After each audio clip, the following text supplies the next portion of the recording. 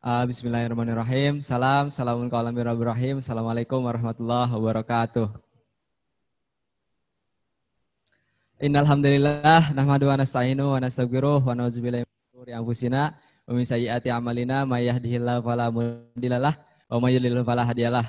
Asyhadu an la ilaha illallah wahdahu la syarikalah wa asyhadu anna Muhammadan abduhu wa rasuluh la nabiyya ba'dah. Qala Allah ta'ala fi kitabihil aziz. A'udzubillahi minasyaitonirrajim. Bismillahirrahmanirrahim. Yarfa'illahu alladhina amanu minkum walladhina utul ilma darajat. Al-ayah. Pertama-tama marilah kita panjatkan puja-puji serta rasa syukur kita kehadirat Allah Subhanahu wa taala yang telah memberikan kita beribu-ribu kenikmatan, di antaranya nikmat iman, nikmat Islam, serta nikmat kesehatan. Yang dengan nikmat itulah kita sampai sekarang ini, sampai saat ini dan sampai detik ini, kita masih diberi kehidupan dan diberikan udara segar yang gratis. Kalau kata ulama, jika lautan di dunia ini, air lautan di dunia ini, disatukan dan dijadikan sebagai tintanya, dan kemudian pohon di seluruh dunia ini dengan ranting-rantingnya itu dijadikan sebagai penanya, maka niscaya tidak akan cukup jika dijumlahkan kemudian dibandingkan dengan nikmat yang Allah berikan. Maka Allah berkata bahwasanya, dan jika kamu mencoba menghitung-hitung nikmat Allah, maka niscaya kamu tidak akan pernah menentukan jumlahnya. Karena nikmat Allah itu bukan untuk dihitung, tapi untuk disyukuri. A'udzubillahi minasyaitonirrajim. Bismillahirrahmanirrahim. Wa idz ta'adzana rabbakum la in syakartum la azidannakum wa la in kafartum illa adzabi lasyadid. Salawat serta salam semoga tetap terlimpahkan kepada junjungan kita Habibana wa Nabiyana Muhammad sallallahu alaihi wasallam, kepada keluarganya, sahabatnya, dan tak lupa kita selaku umatnya dengan berbagai macam kebaikan, mulai dari perkataan, perbuatan. Kalau kita tarik garis benang atau kita tarik benang merahnya, garis besarnya, maka akan ditemukan satu nama. Seorang umat yang sempurna, seorang utusan yang langsung diutus oleh Allah Ta'ala, yakni Nabi Muhammad SAW. Maka Allah berkata, A'udzubillahi minasyaitonirrajim. Bismillahirrahmanirrahim.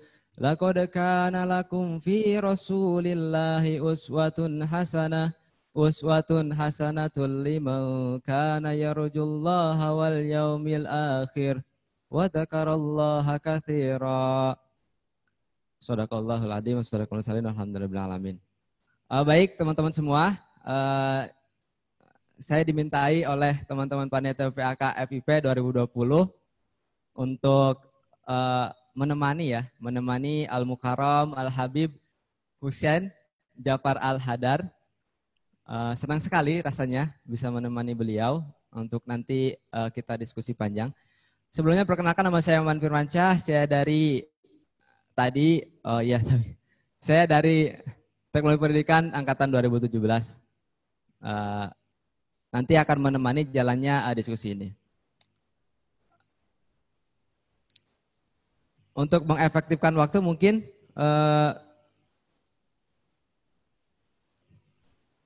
bisa langsung.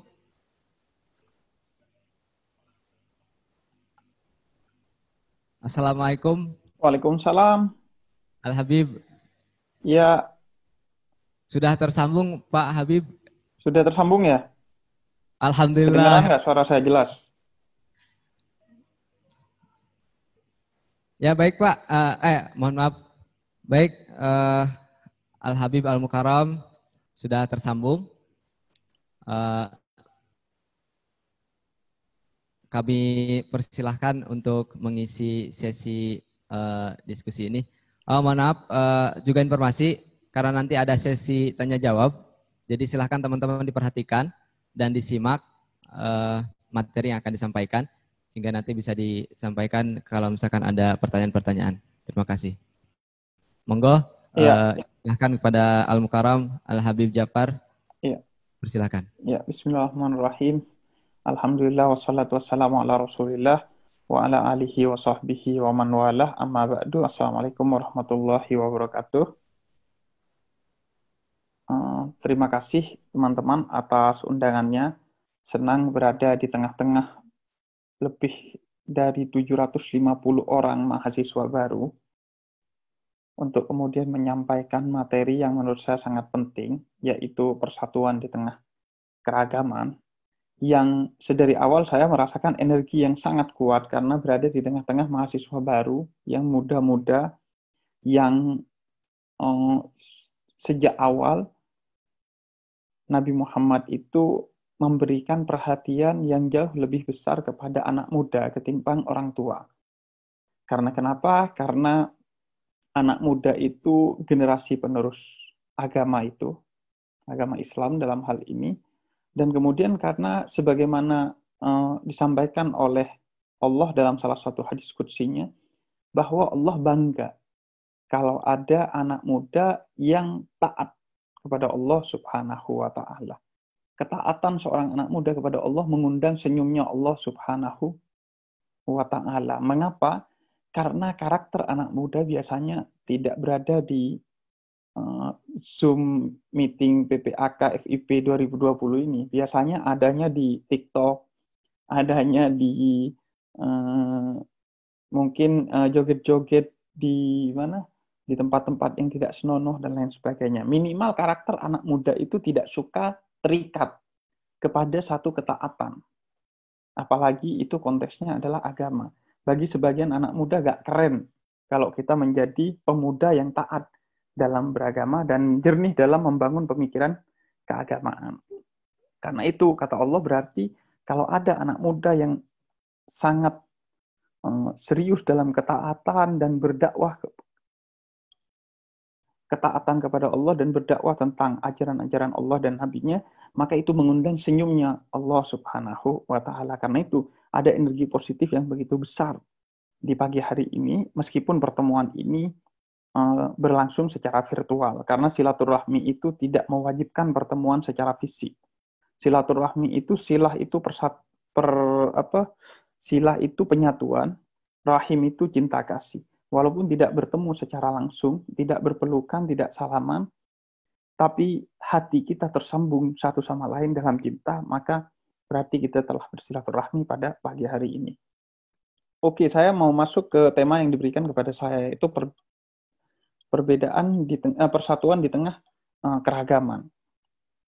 Jadi begini, karakter utama ciptaan Allah sedari awal, sebagaimana Allah sebutkan dalam suratul Hujurat ayat 13, adalah bahwa memang berbeda-beda. Jadi yang menciptakan perbedaan itu bukan kita. Kita hanya menjalani perbedaan yang terjadi. Sedangkan pencipta perbedaan itu adalah Allah Subhanahu wa ta'ala, sebagaimana Allah sampaikan dalam surat Al-Hujurat ayat 13. Bahkan tidak cukup itu, Allah kembali menegaskan dalam surat Al-Ma'idah ayat 49 bahwa memang Allah gak menciptakan kalian ini dalam kesatuan, meskipun Allah bisa menciptakan kalian ini menjadi satu kesatuan, menjadi umat yang satu. Tapi enggak, Allah sengaja menciptakan perbedaan. Sehingga penolakan terhadap perbedaan berarti adalah keingkaran kepada ketentuan Allah Subhanahu wa ta'ala.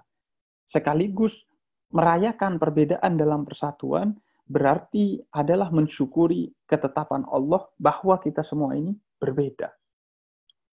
Dan perbedaan itu bukan hanya dalam hal-hal yang sifatnya keagamaan. Tapi dalam hal-hal yang kecil pun, perbedaan itu satu keniscayaan yang tidak bisa kita pungkiri. Misalnya terjadi perbedaan antara fans Liverpool dengan fans Manchester City. Ada orang yang suka Persija, ada orang yang suka Arema. Ada orang yang suka soto, ada orang yang suka pecel. Yang suka soto tidak boleh mengatakan bahwa yang suka pecel itu salah. Karena itu pilihan dari selera seseorang. Begitu juga sebaliknya. Karena itu memang ciptaan dari Allah Subhanahu wa taala yang tidak bisa diganggu-gugat. Sehingga orang yang berupaya untuk menghilangkan perbedaan di tengah kita itu seperti mimpi di siang bolong. Karena berarti dia akan melawan Allah. Siapa dia? Sedangkan dia mau melawan ketetapannya Allah Subhanahu wa taala. Jadi sedari awal memang diciptakan perbedaan itu oleh Allah Subhanahu wa taala. Nah, kuncinya apa tujuan dari penciptaan perbedaan oleh Allah Subhanahu wa taala?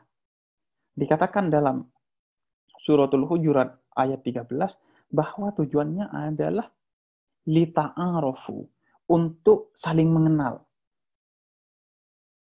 Agar kemudian saling sayang. Tak kenal maka ta'aruf, biar saling sayang gitu. Jadi tujuan pertama perbedaan adalah untuk saling mengenal satu sama lain. Sehingga orang yang memilih untuk hidup dalam tempurung yang tidak mau berkomunikasi dengan orang-orang yang berbeda, yang tidak mau bekerja sama dengan orang-orang yang berbeda, maka ia tidak sesuai dengan tujuan dari penciptaan perbedaan itu. Bahkan meskipun perbedaan itu dalam hal kebenaran. Misalnya kita meyakini Islam sebagai agama yang benar. Ada di luar sana orang yang meyakini Katolik atau Protestan atau Hindu, Buddha, Konghucu, dan lain sebagainya sebagai kebenaran. Maka dengan mereka pun kita tetap diwajibkan untuk menjalin persatuan. Persatuannya di mana? Apakah dalam level kebenarannya? Enggak, karena dalam level kebenaran kita sudah jelas berbeda. Persatuannya adalah dalam kebaikan, bukan dalam kebenaran. Karena itu Allah dalam Al-Quran katakan, fastabiqul khairat, berlomba-lombalah kalian dalam kesatuan di tengah kebaikan. Karena walaupun semua agama itu memiliki kebenaran yang berbeda, namun mereka memiliki kebaikan yang sama. Gak ada agama yang mengajari orang untuk membunuh. Gak ada agama yang mengajari orang untuk saling bertengkar. Meskipun ajarannya berbeda, semua sama. Saya sering katakan bahwa cinta itu tidak memiliki agama, namun semua agama memiliki cinta. Cinta itu yang mempersatukan kita. Saling bersatu dalam kebaikan. Maka karakter awalnya, tujuan dari perbedaan itu adalah persatuan, untuk saling mengenal. Kemudian yang kedua, setelah saling mengenal, kemudian tujuan kedua dari perbedaan itu adalah untuk bersatu. Karena perbedaan itu dalam bahasa Arab itu disebutnya ikhtilaf. Berbeda dengan iftirak. Iftirak itu adalah perpecahan, sehingga tidak mungkin lagi untuk disatukan. Sedangkan perbedaan itu bukan perpecahan. Perbedaan itu adalah sesuatu yang berbeda jenis dan karakternya, sehingga bisa saling mengisi satu sama lain dalam persatuan.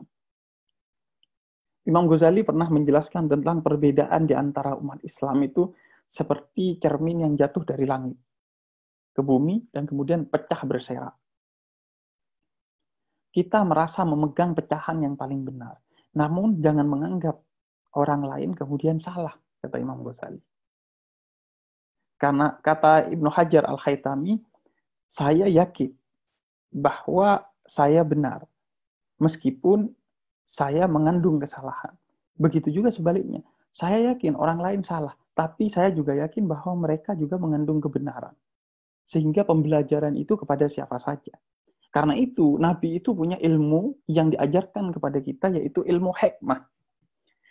Hikmah ini adalah mencari kebaikan di samudra keburukan. Seburuk-buruknya orang, kita tetap harus bersatu. Bagaimana cara bersatunya? Melihat kebaikannya. Mencari titik persamaannya. Karena kalau perbedaan itu nggak usah dicari. Titiknya sudah ada. Yang perlu dicari adalah ukhuwah, persamaan. Oleh karena itu, karena perbedaan ini sudah ketentuan dari Allah Subhanahu wa Ta'ala, maka kita dapati kisah dari para anbiya, dari para nabi, hingga para imam madhab dan hingga ormas-ormas yang ada di sekitar kita hari ini dalam konteks Islam, itu semua berada dalam perbedaan, namun mereka tidak saling mencaci atau berseteru dalam perbedaan tersebut. Karena mereka tahu bahwa perbedaan itu sesuatu yang niscaya. Misalnya, kalau Anda membaca Al-Quran, di sana ada salah satu surat yang menjelaskan, yaitu surat Al-Anbiya ayat 78-79, yang menjelaskan bagaimana Nabi Daud dan Nabi Sulaiman pun berbeda pendapat. Dalam ayat itu dijelaskan dan diceritakan perbedaan pendapat yang terjadi antara Nabi Allah Sulaiman dan Nabi Allah Daud.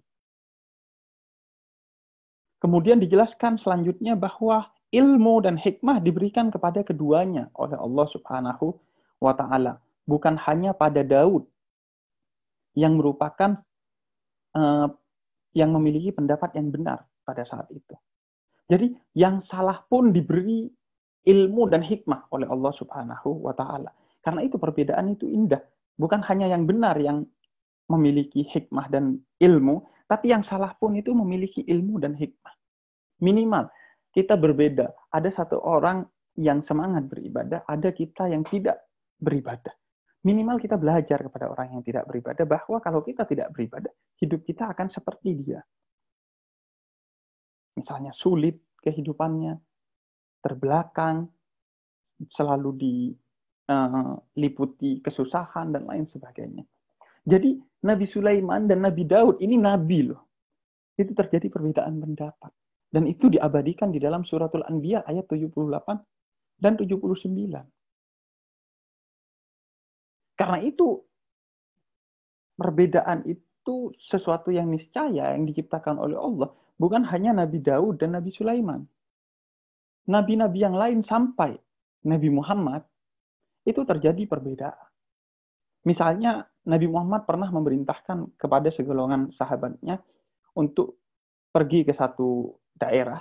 Dan kalau sampai di satu tempat yang bernama Bani Quraizah, sebaiknya sholat asar di sana. Maka kemudian berjalanlah para sahabat ini. Namun ketika belum sampai di satu tempat yang Nabi sebut sebagai Bani Quraizah,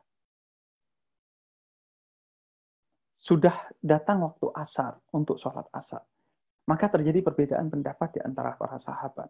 Ada yang memahami bahwa jangan sholat asar kecuali sampai di Bani Quraizah. Ada yang memahami enggak, maksud Nabi itu kita suruh jalan cepat. Tapi kalau kenyataannya sebelum Bani Quraizah kita sudah sampai di waktu asar, maka kita enggak perlu lagi untuk menunggu sampai di Bani Quraizah untuk sholat asar. Akhirnya sebagian sahabat sholat asar dan sebagian yang lain menunggu sampai di Bani Quraizah. Nah, ketika sampai kabar ini kepada Nabi Muhammad dan bertanya para sahabat mana yang benar, kata Nabi, dua-duanya benar. Ini sekaligus diktum bahwa tidak pasti dua hal yang berbeda itu satu salah dan satu benar. Bisa jadi dua hal yang berbeda itu sama-sama benar, namun saling melengkapi satu sama lain. Misalnya saya kasih contoh begini. Nabi katakan, Islam sholihun likulli zaman wal makan. Islam itu relevan dengan semua waktu dan semua tempat. Kemudian hadirlah di Indonesia dua ormas. Yang pertama NU, Nahdlatul Ulama, kemudian yang kedua adalah Muhammadiyah. NU mengembangkan satu doktrin namanya Islam Nusantara. Dan Muhammadiyah mengembangkan satu doktrin yang namanya Islam berkemajuan. Keduanya berbeda. Namun apakah salah satunya ada yang salah? Enggak. Dua-duanya berbeda dalam hal yang sama-sama benar dan justru saling melengkapi. Apa yang disampaikan Nabi, Islam sholihun. Islam itu relevan dalam semua tempat. Artinya bukan hanya di Arab, di Nusantara juga relevan. Karena itu Islam Nusantara itu mewakili relevansi Islam dengan nilai-nilai tempat, yaitu kenusantaraan. Apa yang dilakukan NU. Yang dilakukan Muhammadiyah, mengaktualisasi relevansi Islam di bidang zaman, karena itu berkemajuan Islamnya. Oleh karena itu, NU dan Muhammadiyah bagi saya, kalau Indonesia diibaratkan seperti burung Garuda, NU dan Muhammadiyah ini seperti dua sayap yang saling melengkapi satu sama lain agar Indonesia ini bisa terbang. Jadi berbeda belum tentu yang salah satunya salah. Begitu juga di zaman sahabat, di zaman tabi'in, di zaman tabi'at tabi'in, itu perbedaan terjadi. Bahkan bukan perbedaan itu terjadi dalam segala hal. Misalnya, awalnya perbedaan itu terjadi di bidang teologi, ilmu kalam. Bagaimana meyakini Allah dengan segala sifat, tindakan, dan nama-namanya. Itu terjadi perbedaan. Ada yang Asy'ariyah, ada yang Mu'tazilah, dan lain sebagainya. Kemudian di bidang fikih, ada fikih Syafi'i, ada fikih Hanafi, fikih Hambali, fikih Maliki. Terjadi perbedaan. Bahkan di zaman di mana buku Al-Milal wan Nihal itu ditulis, yang ditulis oleh Syekh Al-Shahrastani, itu telah diabadikan kurang lebih ada 80 sekian madhab dalam Islam. Itu di zaman itu. Itu pun yang tercatat. Kurang lebih ada 80. Sehingga gak relevan kalau kita mengatakan Islam itu terbagi menjadi 73 golongan dan yang benar satu, yang lainnya masuk neraka. Enggak. Orang begitu masuk Islam, maka tertutup pintu neraka bagi dia. Karena itu jangan mengkafir-kafirkan, jangan meneraka-nerakakan orang yang berbeda dalam keislaman dengan kita. Karena yang menjamin Allah. Semua orang yang menghadap kiblat, kata Imam Ghazali, dijamin oleh Allah akan masuk surga. Dan tidak mengkafirkan orang lain sebagai sesama muslim, kecuali kekafiran itu akan kembali kepada dirinya sendiri, kata Nabi. Jadi, di tengah perbedaan itu, kita berorientasi pada ukhuwah, pada persatuan. Dan ini mencontoh Nabi Daud dan Nabi Sulaiman, mencontoh Nabi Muhammad, mencontoh para imam-imam madhab, yang semuanya itu adalah dengan kesadaran bahwa ketetapan Allah memang bahwa kita akan menjadi bangsa, suku, dan madhab-madhab yang berbeda. Yang satu sama lain harus saling berkenalan dan saling mengisi. Karena itu para imam madhab, itu di tengah perbedaan, mereka gak saling mencela. Imam Malik misalnya. Imam Malik ini berbeda kuat dengan Imam Abu Hanifah. Karena Imam Malik ini madhab fikihnya lebih bersifat tekstualis. Walaupun hadis ahad, hadis yang diriwayatkan oleh satu orang diterima oleh Imam Malik. Karena hidupnya Imam Malik itu di Madinah. Madinah itu bukan kota pada saat itu. Oleh karena itu, Imam Malik lebih bersifat tekstualis ketika menyampaikan fatwa-fatwanya di bidang fikih.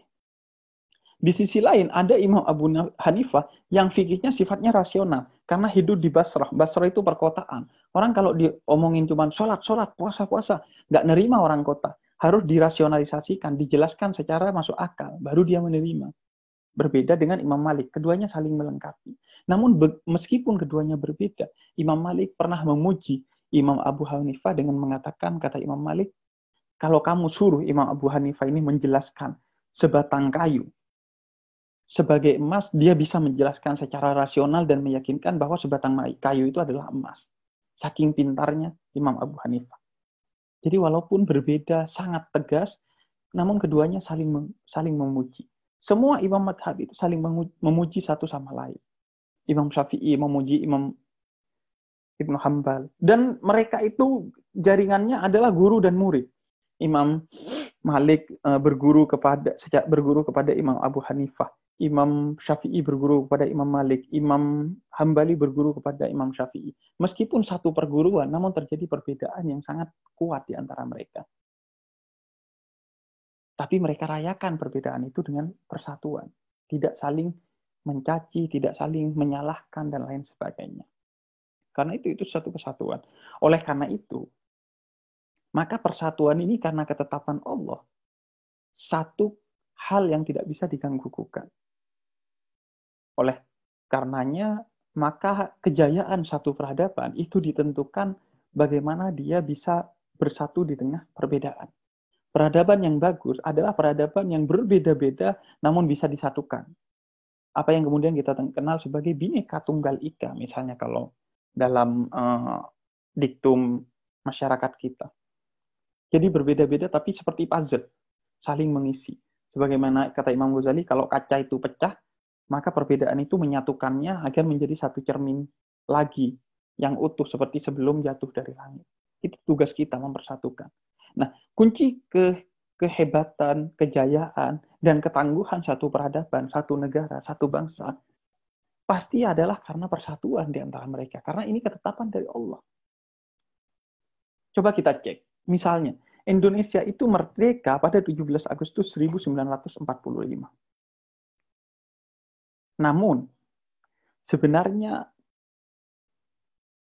kemerdekaan pertama secara substansi masyarakat Indonesia ini, negara Indonesia atau bangsa Indonesia ini adalah pada 28 Oktober 1928, yaitu Sumpah Pemuda. Sumpah Pemuda itu yang menjadi embrio lahirnya proklamasi kemerdekaan, di mana semua orang yang berserak disatukan dalam satu sumpah. Tanpa Sumpah Pemuda tidak akan muncul yang namanya proklamasi 1945. Jadi persatuan itu yang menjadi bekal bagi kita untuk membangun satu bangsa dan memajukan satu bangsa. Anda lihat, satu bangsa yang lemah, pasti dia terjadi perpecahan di dalamnya.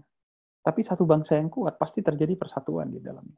Begitu juga dalam Islam, karena Nabi tahu persis bahwa kunci membangun satu negara, yaitu negara Madinah, yang dibangun oleh Nabi ketika hijrah. Kunci membangun satu peradaban adalah persatuan. Maka yang pertama Nabi lakukan ketika hijrah ke Madinah adalah membangun masjid. Kemudian yang kedua adalah membangun pasar, karena ekonomi ini satu yang penting juga. Dan yang ketiga adalah mempersatukan muhajirin yang datang dari Mekah dan orang-orang Ansar yang penduduk asli Madinah. Mempersatukan keduanya itu yang pertama dilakukan oleh Nabi ketika membangun peradaban Madinah. Dan persatuan itu bukan hanya terjadi di antara umat Islam, tapi di antara umat agama lain Nabi persatukan. Melalui apa? Melalui satu piagam yang disebut dengan Piagam Madinah. Di mana di Piagam Madinah dijelaskan bahwa siapa yang hidup damai dalam prinsip kemanusiaan, dia haram darahnya, meskipun dia non-muslim. Jadi persatuan itu kunci bagi satu peradaban. Sehingga negara Madinah yang dibangun oleh Nabi begitu jaya, itu karena persatuan yang dibangun pertama kali oleh Nabi. Begitu juga Indonesia bisa merdeka dan berjaya karena persatuan melalui Sumpah Pemuda. Nah, ini yang kemudian menjadi catatan buat kita anak-anak muda. Nah, karakter kita seringkali tidak suka kepada persatuan, tapi sukanya kepada perpecahan. Riset dari Peace Generation tahun 2019 menyebutkan 90% konflik itu sifatnya warisan. Hanya 10% yang sifatnya konflik baru. Rata-rata kita ini melanjutkan konflik, bukan melanjutkan persatuan. Konflik Sunni Syiah misalnya di Indonesia, itu sudah di dunia, itu sudah berlangsung 14 abad sejak pertama kali Islam ditinggalkan oleh Nabi Muhammad. Sampai sekarang itu saling menegasikan sebagian orang Sunni dan orang Syiah. Begitu juga perbedaan perpecahan karena beda warna kulit di Amerika. Yang satu pro kulit putih, yang satu pro kulit hitam. Itu sudah terjadi kurang lebih 2-4 abad di Amerika. Terus, kenapa itu bisa berlanjut? Karena diwariskan oleh anak mudanya. Padahal kita itu yang diberi oleh Allah sebagai keniscayaan itu adalah cinta, bukan kebencian. Allah katakan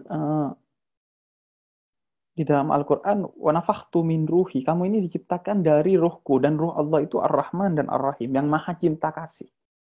Jadi kita ini sudah punya software di dalam diri kita untuk mencintai semua perbedaan. Yang itu diberi oleh Allah, karena perbedaan itu sesuatu yang juga ketetapannya Allah. Sedangkan kebencian itu bukan diciptakan oleh Allah, tapi diajarkan oleh manusia lain. Anda coba cek, bayi-bayi, walaupun dia hitam, yang satu warna kulitnya hitam, satu warna kulitnya putih, atau anak kecil, walaupun beda warna kulit, mereka tetap bermain bersama, tertawa bersama. Tapi setelah dewasa, mereka diajarkan, oh kalau kulit hitam itu keras, oh kalau kulit putih itu sombong. Sehingga kemudian saling benci satu sama lain. Siapa yang membuat saling benci? Ajaran dari manusia, bukan Allah. Allah menciptakan cinta. Sehingga membangun persatuan dengan basis cinta itu sebenarnya lebih mudah daripada membangun perpecahan dengan kebencian. Karena kebencian itu harus ditanam dulu di dalam hati. Hati kita nggak punya kebencian. Allah nggak menciptakan diri kita dengan kebencian. Sedangkan cinta itu sudah ada di dalam diri kita. Oleh karena itu, walaupun kita berbeda misalnya, kemudian kita duduk bersama, kemudian tiba-tiba, atau gini, kita melihat orang yang berbeda dengan kita tabrakan gitu, ditabrak sepeda motor. Maka kita akan bergegas tanpa berpikir untuk menolongnya. Meskipun orang itu misalnya beda madhab, beda agama, beda apapun dengan kita. Maka kunci membangun satu peradaban adalah persatuan. Dan kunci membangun persatuan adalah melihat persamaan di tengah perbedaan. Karena kalau perbedaan udah gak usah dibahas, itu sudah diciptakan oleh Allah. Yang perlu dicari adalah persamaannya, agar kita bisa melakukan persatuan di tengah kesatuan kita. Saya membayangkan Nabi itu selalu mencari-cari persamaan untuk bersatu. Misalnya kalau ketemu orang Yahudi, Nabi tanya, kamu bangsanya apa? Saya Yahudi. Wah, saya Arab. Kemudian Nabi tanya, tapi kamu agamanya Islam? Enggak, saya agamanya Yahudi. Kemudian Nabi tanya lagi, tapi kamu menyembah satu Tuhan yang Esa? Iya, ya sudah, berarti kita sama. Sebagai sesama penyembah satu Tuhan yang Esa, kita saudara. Sebagaimana kata Sayyidina Ali, siapa yang bukan saudaramu dalam agama, maka dia adalah saudaramu dalam kemanusiaan. Islam kita di Indonesia ini kan sedari awal sudah diciptakan dengan begitu. Kalau kita nggak ukhuwah Islamiyah, persatuannya bukan karena sesama Muslim, ada ukhuwah watoniyah. Persatuannya sebagai sesama orang Indonesia, walaupun bukan Muslim. Enggak, walaupun bukan orang Indonesia, tetap ada persatuan, yaitu ukhuwah basyariyah. Bersatu sesama manusia, meskipun tidak satu bangsa dan tidak satu agama. Itu dibangun persatuannya. Karena kekuatan satu bangsa itu dalam satu persatuan itu. Lidi itu kalau satu, dia nggak akan bisa memukul apa-apa. Kalaupun bisa, ya nggak sakit lah. Tapi kalau kalian kumpulkan menjadi satu, maka dia akan menjadi kekuatan yang dahsyat. Kalian kejatuhan satu buku nggak begitu sakit, tapi kalau kejatuhan 100 buku bisa mati kita. Apalagi bukunya tebel-tebel, hardcover gitu. Jadi, kuncinya adalah mencari persamaan. Sebagaimana Nabi. Tapi yang terjadi kepada kita sebaliknya seringkali. Mencari perbedaan. Misalnya kita ketemu, kamu orang mana? Saya orang Indonesia. Wah, sama nih, cari lagi. Tapi agamamu Islam? Iya, saya agamanya Islam. Wah, sama lagi. Tapi madhab kamu apa? Aswaja? Iya, saya Aswaja juga. Terus kamu NU apa Muhammadiyah? Saya NU. Wah, sama lagi. Akhirnya cari lagi. Kamu NU-nya garis lurus atau garis lucu gitu. Dicari terus untuk perbedaan menjadi alasan untuk bertengkar. Nah, itu yang menyebabkan kerapuhan satu bangsa, satu agama. Ketika perbedaan dijadikan alat untuk berpecah belah. Nah, kita generasi muda, mahasiswa baru ini sudah sepatutnya untuk menjadi generasi pemersatu, bukan generasi pemecah belah. Cukup 90% konflik itu diwariskan. Kita akan menjadi generasi yang memotong rantai konflik itu. Berhenti di kita konflik itu. Kita tidak akan benci atas nama apapun kepada orang lain, yang itu adalah warisan-warisan masa lalu. Kita akan berupaya untuk mencari persamaan di tengah perbedaan di antara kita. Mungkin itu ulasan dari saya. Kurang lebihnya mohon maaf. Wassalamualaikum warahmatullahi taala wabarakatuh.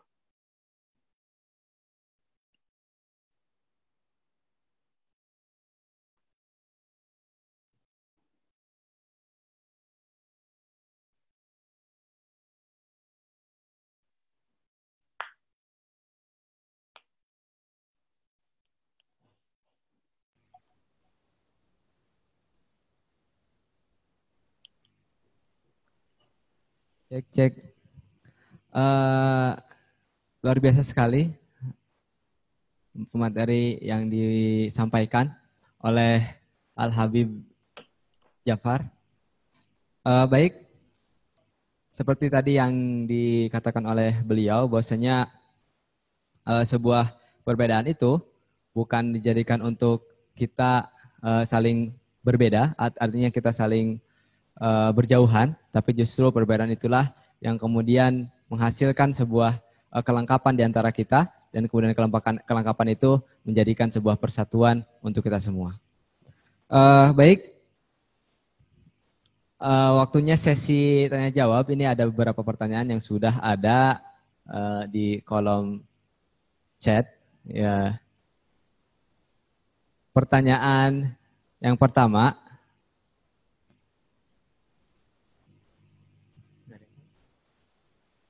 Oh. Mohon maaf ya, ini kurang kelihatan.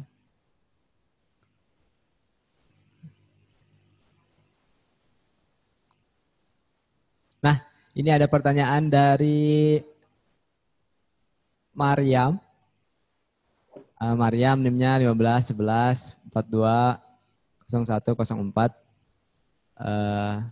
dari kelompok Badia Batuang. Pertanyaannya adalah mohon izin menyampaikan pertanyaan Al-Mukarram Al-Habib. Assalamualaikum Habib, saya izin bertanya bagaimana cara kita berpegang teguh pada agama kita sedangkan budaya-budaya luar makin banyak mempengaruhi para pemuda zaman sekarang. Terima kasih Habib, salam pemuda Tersesat. Pejuang. Ya. Itu pertanyaan yang pertama. Ini teman-teman panitia konsepnya langsung dijawab atau ditampung? Oh. Monggo Al-Habib. Langsung ya? Japar, langsung dijawab. Oke, gini, menjadi Islam itu tidak mesti menjadi budaya orang Arab. Menjadi Islam tidak harus menjadi Arab. Itu harus dibedakan. Karena Islam itu ajaran, Arab itu budaya. Menjadi Islam itu bisa tetap dengan menjadi Indonesia. Kenapa menjadi Islam identik dengan menjadi Arab di zaman Nabi? Karena Islam turun di Arab dan Nabi adalah orang Arab. Sehingga yang terbaik misalnya Nabi memerintahkan kalau kamu pakai celana, angkat di atas mata kakinya. Karena budaya orang Arab, kalau bercelana di bawah mata kaki, itu simbol kesombongan. Jadi poin utama dari Nabi, makanya ketika Sayyidina Abu Bakar datang, Nabi saya ini kadung bercelana di bawah mata kaki. Kemudian Nabi tanya, kamu sombong nggak? Enggak, saya nggak sombong. Maka nggak apa-apa, kata Nabi.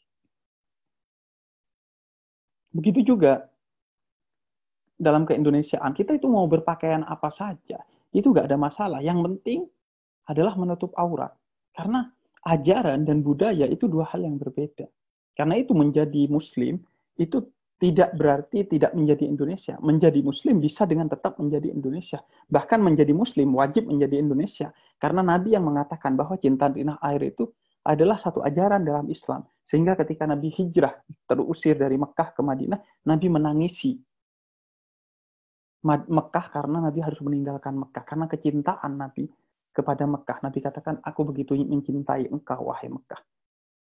Jadi mencintai tanah air itu justru salah satu ajaran penting dalam Islam. Jadi kemudian di tengah budaya-budaya lain bagaimana? Begini, seperti yang saya sampaikan tadi tentang ilmu hikmah. Dari manapun budayanya kita menerima. Sebagaimana Nabi ketika mengajarkan puasa di hari Asyura, itu awalnya kan puasa itu dari orang Yahudi. Maka kemudian kata Nabi, kami lebih berhak atas kebaikan itu. Jadi belajar dari semua budaya gak ada masalah. Mau budaya Barat, mau budaya Arab, mau budaya Afrika, Cina, dan lain sebagainya. Belajar. Yang penting jangan sampai pembelajaran kita itu membuat keislaman kita semakin berkurang atau bertentangan dengan nilai-nilai keislaman kita. Selama tidak bertentangan, maka wajib belajar merayakan perbedaan itu, perbedaan budaya. Yang menjadi masalah ketika budaya-budaya yang diserap oleh anak muda itu, kemudian budaya-budaya yang negatif, yang tidak islami. Karena itu bukan lagi soal perbedaan. Perbedaan itu di antara dua hal yang sama-sama baik atau sama-sama benar. Kalau antara kebenaran dan keburukan, kebatilan, itu dua hal yang bertentangan, kata Allah. Kalau sifat perbedaan itu adalah mempersatukan, maka ketetapan Allah, dua hal yang antara kebenaran dan kebatilan, ketetapan dari Allah adalah bahwa keduanya tidak akan pernah bersatu. Sehingga Allah katakan dalam Al-Quran, idaja al-haq wadhahakal batil. Kalau kebenaran datang, pasti kebatilan pergi. Jadi, perbedaan di bidang budaya itu satu yang harus dirayakan selama tidak bertentangan dengan nilai-nilai kebenaran dalam Islam. Itu mungkin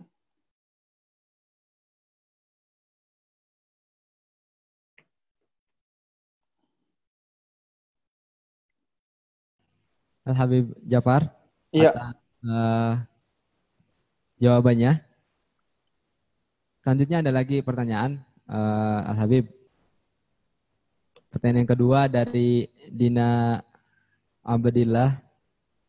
Pertanyaannya adalah, Assalamualaikum Habib, izin bertanya, bagaimana kita menyikapi orang yang menganggap bahwa dirinya paling benar dan menganggap orang lain yang berbeda dengannya itu salah?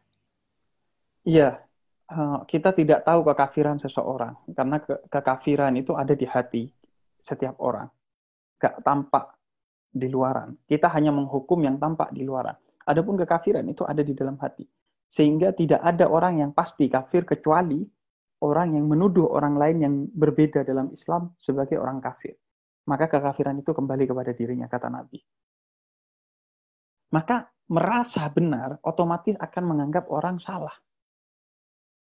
Ketika kita fanatik dengan kebenaran kita, maka akan meremehkan atau bahkan mencela kebenaran yang diyakini oleh orang lain. Sedangkan Allah katakan berhala-berhala yang disembah oleh orang lain saja kita jangan nistakan, karena itu akan membuat mereka akan menistakan Allah. Apalagi perbedaan di bidang hal-hal yang remeh-temeh. Mereka yang menyembah berhala saja, berhalanya nggak boleh nggak boleh dihina dan lain sebagainya. Apalagi sekedar perbedaan-perbedaan di dalam lingkup Islam atau di dalam perbedaan antar agama. Nah, bagaimana menyikapi orang seperti itu? Menyikapi orang seperti itu adalah, pertama adalah berupaya untuk memberikan penjelasan kepada dia tentang perbedaan. Dan sebaik-baiknya memberikan penjelasan kepada dia adalah dengan mengajak dia kepada tongkrongan-tongkrongan yang berbeda dengan dia. Jadi kunci orang mengasah persatuan di tengah perbedaan itu adalah banyaknya referensi. Karena itu penting memberi referensi baik dalam bentuk buku, tongkrongan, kemudian diskusi dengan orang yang menganggap dirinya benar agar dia tahu bahwa oh kebenaran ternyata tidak secupu yang saya bayangkan. Itu kuncinya.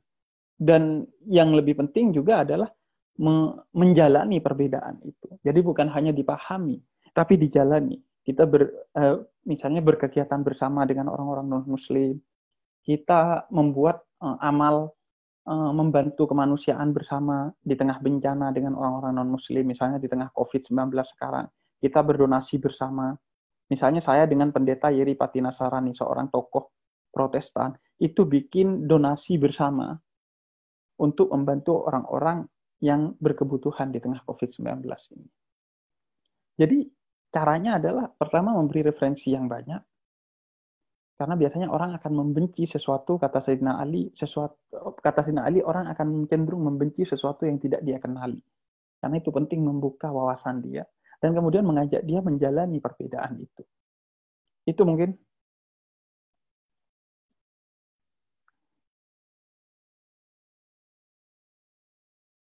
Jawabannya.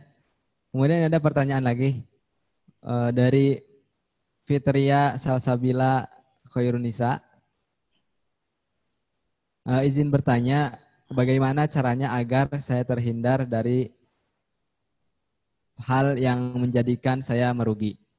Seperti itu. Ya, ya, kunci kata Nabi dalam salah satu hadisnya, kunci menghindari kerugian dalam kehidupan kita di dunia ini adalah memegang teguh dan menghormati waktu. Wal asri innal insana lafi khusrin lilladzina amanu ila akhiril ayat, itu menjelaskan bagaimana orang-orang yang merugi itu demi waktu. Banyak manusia yang merugi. Apa meruginya? Dia tidak berkuasa atas waktunya. Sehingga hari ini tidak lebih baik dari hari kemarin. Kata Nabi, orang yang hari ini tidak lebih baik dari hari kemarin, maka mereka merugi. Maka cara menjadi orang yang tidak merugi adalah selalu memperbaiki diri kita agar selalu lebih baik setiap hari. Jangan berada di zona nyaman saja. Jangan ya udah kita gini-gini aja. Tambah kebaikan-kebaikan yang kita lakukan. Baik kebaikan kepada Allah maupun kebaikan kepada sesama manusia. Kalau hari ini levelnya 2, besok naikkan levelnya jadi 4. Kemudian lusa jadi 6 dan seterusnya. Itu kunci untuk menjadi orang yang beruntung di muka bumi ini. Jadi Allah menegaskan bahwa orang-orang yang rugi itu mereka yang tidak punya kekuasaan atas waktu. Waktunya berjalan begitu saja. Oleh karena itu, salah satu fungsi dari sholat, kenapa sholat diminta di awal waktu? Padahal waktunya kan sudah ditentukan oleh Allah. Misalnya waktu maghrib adalah dari terbenamnya matahari sampai isya. Waktu zuhur dari jam 12 sampai jam 4 misalnya. Tapi kenapa kita masih diajarkan untuk sholat di awal waktu? Karena Allah dan Nabi-Nya ingin mengajarkan kepada kita untuk memegang waktu. Untuk konsisten kepada waktu. Karena orang yang merugi adalah orang yang dikendalikan oleh waktu. Bukan mengendalikan waktu. Yang biasanya ngomong, gak kerasa tiba-tiba sudah mau kuliah. Gak kerasa tiba-tiba sudah mau lulus. Gak kerasa tiba-tiba udah mau nikah. Tidak adanya perasaan itu menunjukkan kerugian kita. Karena itu, kata Sayyidina Ali, jadilah pribadi yang dalam menghadapi waktu, seolah-olah besok kamu akan mati. Kalau kita tahu bahwa kita besok akan mati, kita kan pasti akan mengisi waktu-waktu kita hari ini itu dengan maksimal. Nah, berlakulah seperti itu sebagai seorang muslim agar tidak merugi. Itu mungkin.